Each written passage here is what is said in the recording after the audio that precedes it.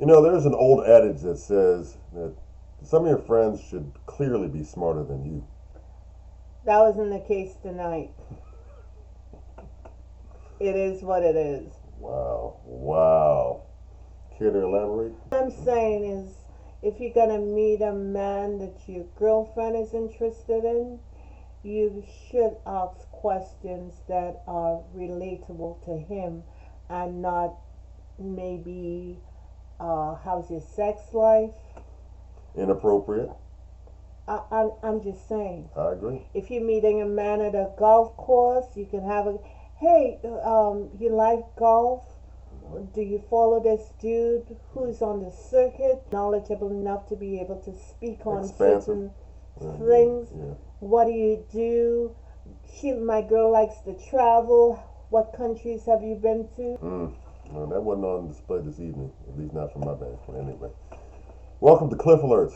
Today we're going to be talking about OWN Network's reality-based TV series, Ready to Love, season 6, episode number 7. And this episode was trash. Raggedy. But before we get into it, please like, share, and subscribe. Please send us your comments. Please click that notification button. But I'm a little salty, as you can tell, because my expectation was high for these friends, and I'm a little disappointed. Yeah, Nephew Tommy began the episode by reconvening the ladies at the ladies' lounge and giving them an assignment this week. Yeah, ladies, meet, have your connections, your strongest connections, meet your best friends this week. So we start off with Jamala right. and her friends Melissa and Ashley meeting Randall. Like he just got done running a few games with the brothers, man. Does the dude own a nice pair of jeans? If he did, he didn't show it off in this episode. What is they call it? What, Bamas?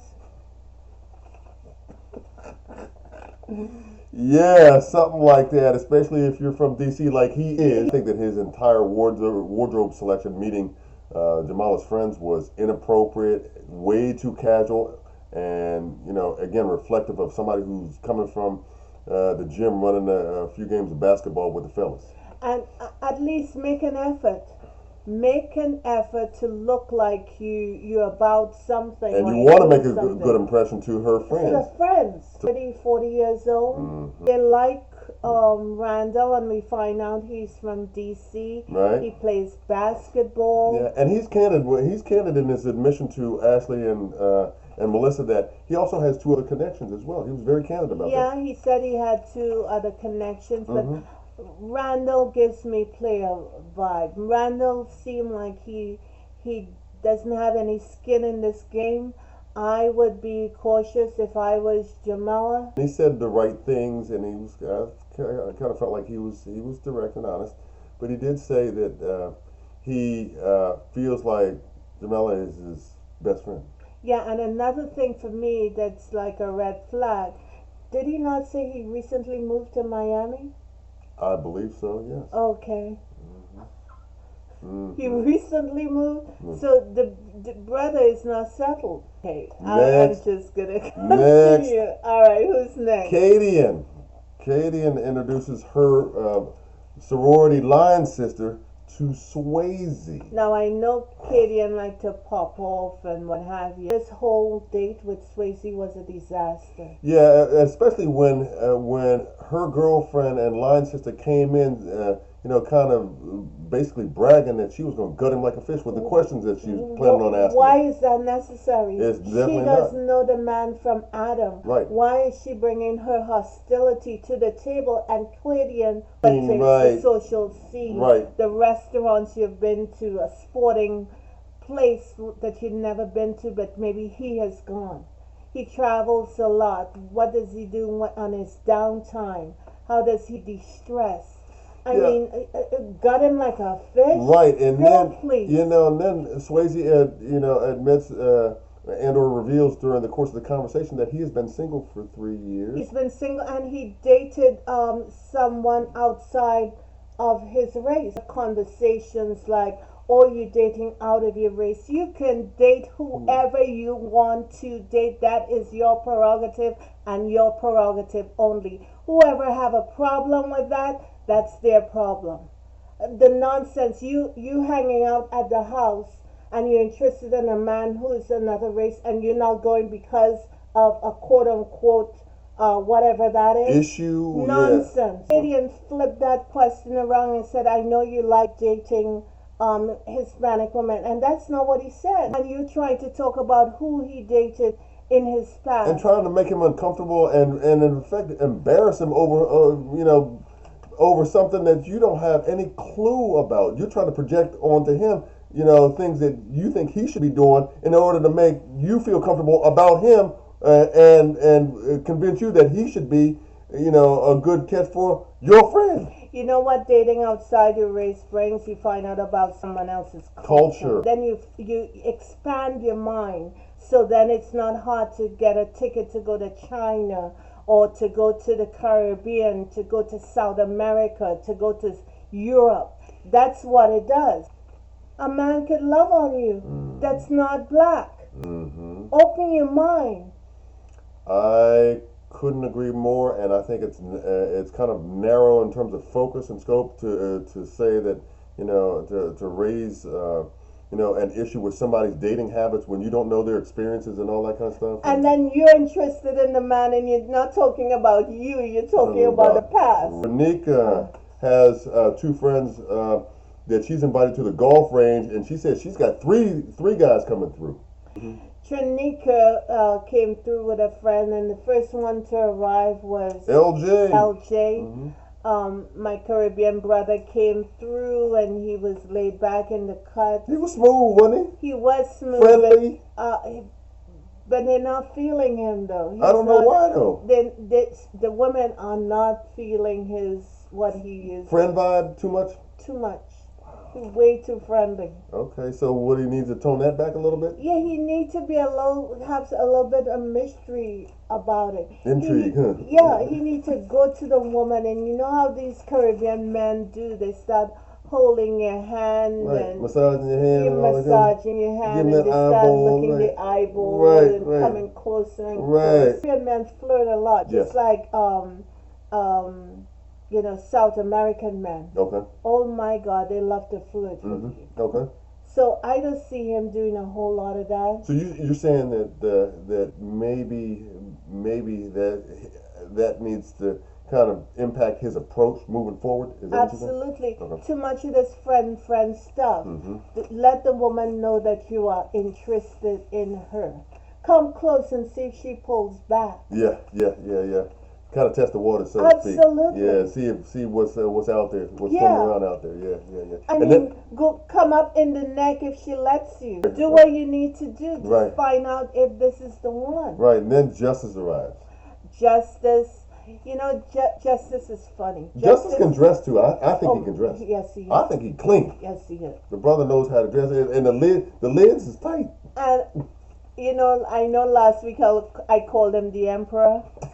But the Emperor clearly has a vibe. He has a sister out there that is gonna match that vibe, and you're not gonna move him off that pedestal that he's on. And good for him. I would say he knows himself, and he's gonna do himself at all times, no question. He's not gonna sweat the small stuff at all. Yeah, Rara, A.K. Randall arrived last. Now I would be upset if I was a grown-ass man and a woman is calling me Rara. What is that? So he came through shorts again. Was talking to the ladies, and they felt that Randall was a good match for Trinika. That LJ they weren't feeling LJ at all. And they damn sure didn't like Justice. And Justice, they called him a dog because he said he has been disloyal to a woman. Who's up next? Sharice has a friend come to her apartment because she's invited Samson over. I think Sharice's friend was what? I don't know. I think her name. I have it written down. Rochelle. Rochelle. Now, I don't know about Sharice. Sharice wouldn't be my pick for Samson. I don't think Samson's lady is there. The brother is smooth. He got himself together. Very sociable person, too. Very sociable, very polite. You could see he has a romantic side about him, and he's really polished. Yeah. But Sharice ain't it. Sharice got that mean girl stuff that will come out and snatch you. She got the beast. Not the beast. Yeah. She clearly. Oh no, not the beast. Like the way Samson's moving, he's represented himself, I think, well throughout this process, and he repped himself well there. But I don't think his girl is there. I would have matched him with Luna, but Looney, but she a little bit too. All over the place. Right. All over the place. A little too much. Yeah, and then Kayla hooks up with one of her girlfriends, and they're gonna meet. Her two connections, Randall and Mike. Well, Kayla's focus is Mike. No question about it. Kayla's not feeling rah-rah. I just gotta tell you, she's not about rah-rah. She's all about Mikey. Mike, huh? And Mikey's not feeling Kayla the way she wants him to feel. So that's why she was crying. Because at the end of the day, she started crying, and you really don't know why. Does this woman have an emotional problem or something? Yeah, and apparently throughout the course of their conversation, Mike learned that Kayla had been kissing on some other dude. Yeah, well, he knew that before, but right. He's one of these brothers who don't like people kissing on a woman that he likes. Both Mike and Justice don't like to hear that the person that they potentially have an interest in, they have been lip locking with somebody else. Yeah, and like you said, when both Randall and Mike left, I think in some way it kind of made Kayla conflicted, even more conflicted than she already is. Yeah, because her girlfriend thought that Randall was a better match for her, but clearly Kayla she doesn't see it the same way. Yeah, she wants Mike. Yeah, and that's apparent. She wants Mike. Yeah, no question about it. So who's up next? That would be Miss Brandy. Samson came through. Samson rolled through with some tulips. Yeah. And he accidentally kissed the lips. Oh, I don't think that was accidentally. Do you? Well, I don't know. I don't think so. You don't think it was? No, I think he went in for that. Right from the beginning to kind of shock her, because I think he's feeling her. Oh, to get her attention. Yeah, to get her attention right in front of her girlfriend. And what I found was surprising was that she didn't know that Samson was attracted to her. That sounded strange, because she invited Samson and Mike to meet her friend. Right. So I'm not understanding the exchange between them when he actually had to say, Brandy, I am attracted to you. He made that very clear. Yes, he did. He took a stance. Yes, he did. You can't do nothing but respect the brother for telling her straight up like that. Mike came through with, of course, a gift for the friend. Yeah. Mike thought about this, and he also bought her. It looked like an ice bucket with. He's taking a page out of Samson's book, and don't come empty-handed. Right. Well, that's important. That's always a nice touch for a man not to come empty-handed. Yeah. But as it's kept, women like that kind of vibe going. Yeah. So I can understand that. So they had a good interaction with each other, but Mike was calm, cool, and collected, because he already know up in there with Brandy, so his situation is on lock. Right, and Samson said so as much in his confessional. He said he understands that Mike and Brandy have that connection. Looney, I'm not a fan of Looney. Why not? I'm just curious. I think Looney has a rep that she brings forward. Okay. I don't see someone who's looking for a man. So you think I think she always comes across as she's always clowning, and I never see a vulnerable side to her. Or a more serious side. Or a more serious side. Sure. She's always laughing, and nothing's wrong with that. But to me, if she's interested in any one of these men, she need to be a little more focused. She seemed to be all over the place. Yeah, you said earlier she was like all over the place like that. Yeah. So that's my issue with her. Yeah. I thought she had seemed to have a good connection with Justice, but that may not really work. Maybe outside the process. But Looney met with Justice, I believe, and LJ. LJ, correct. And Looney's friend came through. But don't ask me about names because you know I butcher them. Yeah, I know Fred.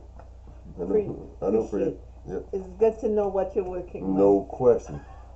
So, the friend started asking inappropriate questions as far as I'm concerned. She asked LJ about his sex life. Right. And I was just like taken aback. Yeah, it's like she couldn't think of anything more appropriate for somebody that she just met. And this is supposed to be her girl. Right. This is a friend. Right. And Looney's sitting there smiling. Why? Do you want him to whip it out so you can do an inspection? And I don't get it. And not only that too, but LJ said, I think he kind of handled it, fairly well. But one of the things he did say, as part of the conversation was that one, I guess they were referencing the Steve Harvey rule. Yeah, waiting 90 days and all 90-day rule. And I get that, but apparently LJ didn't get that message or read that book. LJ ain't trying to wait 90 days. Nah, you're not trying to do that. No. But also too, he mentioned that whenever he reaches out to her, she doesn't. That's because she's not feeling him. If a woman likes a man and he calls her, she's calling him back. That's usually how it goes. But if a man calls a woman once, twice, she hasn't returned the call. Yep. She's not feeling him. It's a wrap. So I don't know why he brought that up. I don't know why either. But hey. Can somebody reveal? Let me know. Let a explain this to brother. Anywho, it seemed like Justice and he left. Left and Looney had a conversation with a girl. And what did she say? She likes Justice. Yes, Looney's friend likes Justice and is really not feeling LJ. I guess LJ has again the friend vibe. They reconvened in the ladies' lounge, and they were talking to Tommy about who they like, who they're feeling. Quite a few people, women, in fact, like Randall. Only Looney brought up Justice. She's feeling him. Mike for Kayla and Brandy. And Jamila with her rah-rah. Cherie brought up that Swayze called her and told her that he was insulted by the day that he felt humiliated or what have you. Right. And Kadian didn't Kadian's like. line sister, right? She didn't like that Swayze called Cherie. And she started biting and what have you. Yeah, but here's the thing though. She's got only herself to blame because she was the one that gave the green light to her friend to act a fool for elimination. Your Caribbean brother was one of them. Yeah. LJ and Justice. And Justice went home. Kayla gave him the news, and we know Kayla is not a fan of Justice. Nope. So she did her best to be diplomatic, didn't she?